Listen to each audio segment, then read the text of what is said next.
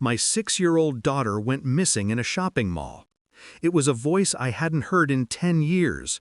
Sharp, innocent, fragile, yet cutting through the noise of the foreign crowd like a blade pressed to my throat. "Dad!" I froze mid-step. My luggage handle slipped from my hand, clattering against the polished floor of the airport concourse. I turned slowly, afraid my mind was playing another trick, afraid this was just another hallucination in the long line of sleepless nights where memory and madness blur. But there she was, older, taller, her face carrying faint traces of the little girl who vanished inside a shopping mall a decade ago.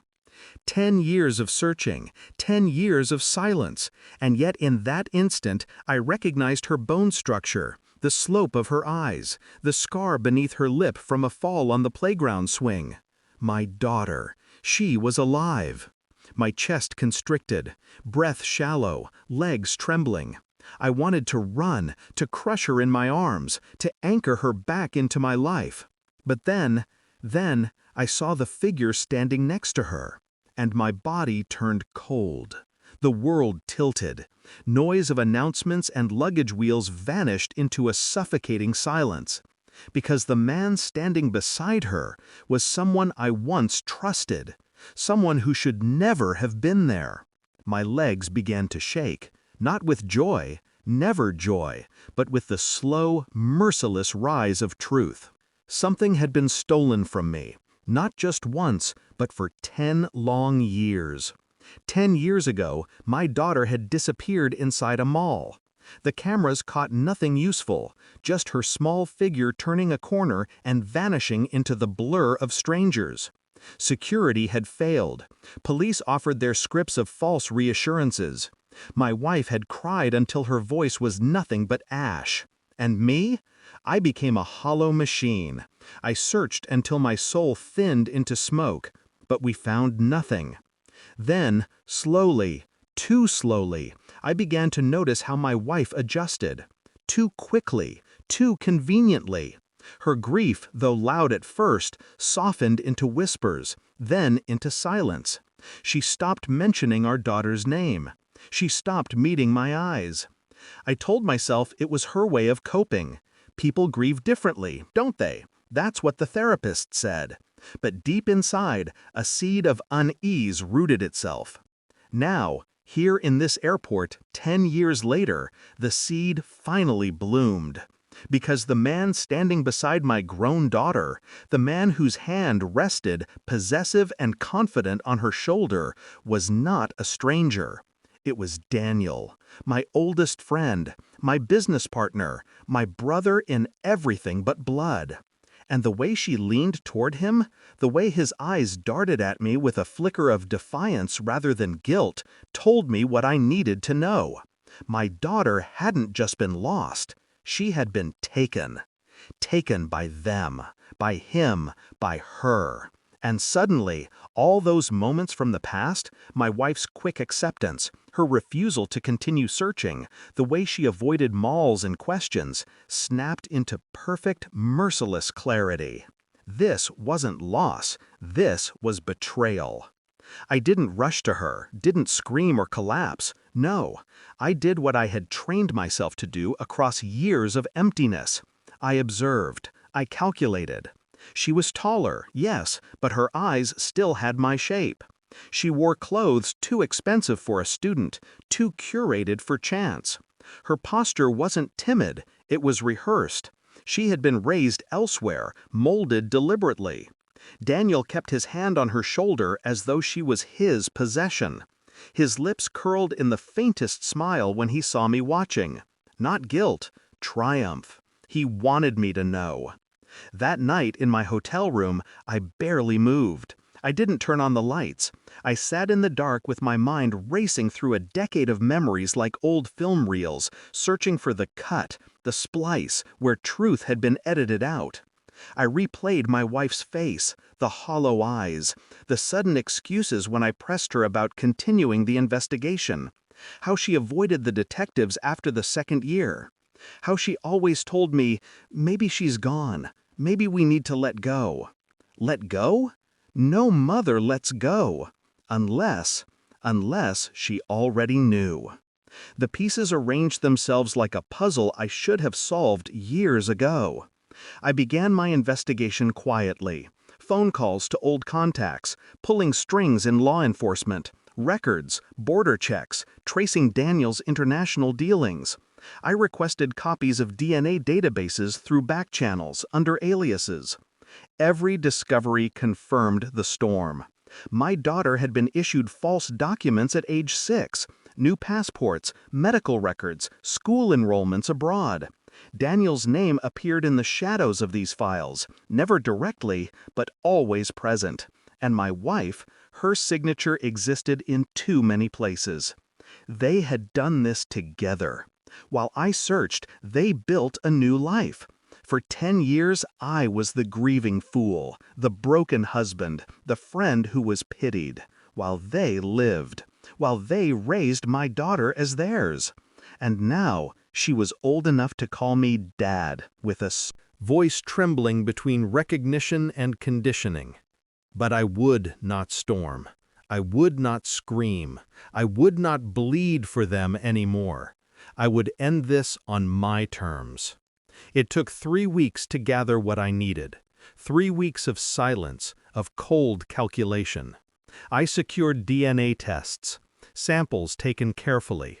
My daughter's coffee cup left unattended in a cafe. Daniel's glass from a business dinner. The results returned with a finality that didn't surprise me. She was mine. Not his, not theirs. Mine. Which meant Daniel had stolen more than a child. He had stolen my bloodline, my fatherhood, my very identity.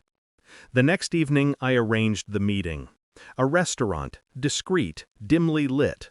A place where businessmen pretend civility while cutting each other's throats over contracts. I arrived early, placed the manila envelope on the table. When Daniel entered, my daughter was with him. She smiled faintly when she saw me, unsure, her memory straining against years of conditioning. Daniel's eyes flicked to the envelope. He knew. "Sit," I said. My voice was calm, controlled. He sat. My daughter followed hesitantly. I pushed the envelope across the table. He didn't open it immediately. He just stared at me, his jaw tightening, his hand still protective on her arm. When he finally slid the papers out, the DNA reports, the school documents, the forged signatures, his face cracked. For the first time in years, I saw guilt slice across his expression. "Why now?" I asked quietly. No anger, no raised tone, just a scalpel's edge. He swallowed, lips trembling, but no words came. My daughter looked between us, confusion dawning like a slow eclipse. 10 years, I whispered. 10 years of searching for her while you built your life on lies. Daniel's face drained. His hand slipped from her shoulder. He opened his mouth, but I leaned forward, voice cutting him off. "Don't speak, because I already knew everything. Revenge isn't fire. It isn't fury. It's ice." And that night, I froze him to the marrow. I didn't shout, I didn't strike, I simply laid everything bare with the precision of a surgeon exposing a tumor. The forged documents, the DNA proof, the hidden bank accounts, the phone records connecting him and my wife during the days following the disappearance. Each paper, each detail was another nail into the coffin of his false life. My daughter's hands trembled as she read the names, the signatures, the evidence that shattered the world she thought was real. "Mom," she whispered, her voice breaking for the first time. And I saw it, the fracture in Daniel's control, the loss of his decade-long lie unraveling in front of her. He tried to reach for her hand, but she pulled back. I didn't need to comfort her. I didn't need to explain further. The truth did the work for me. Daniel's lips trembled. His eyes pleaded, not with me, but with her. Desperate, cornered. I leaned back, calm, detached. "You didn't just betray me," I said coldly. "You betrayed her. You built her life on sand, and now it all collapses." Silence spread, heavy, suffocating. I stood, gathering nothing, leaving the envelope between them like a gravestone on the table. Then I looked at him one last time. "You raised her for 10 years, but she was never yours. And now she never will be."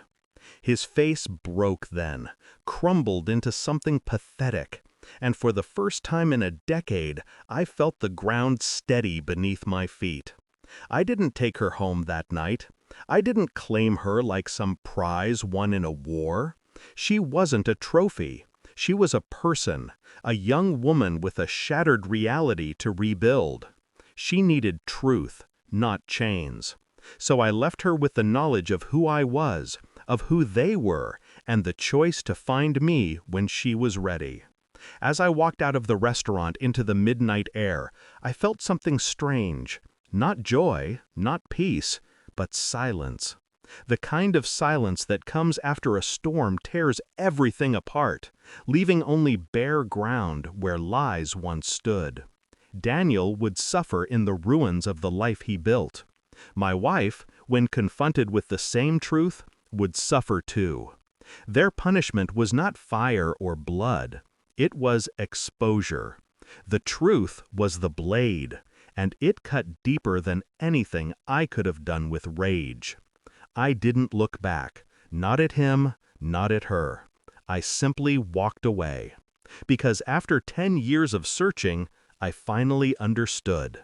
She wasn't the one who had gone missing. I was. And now, I was found.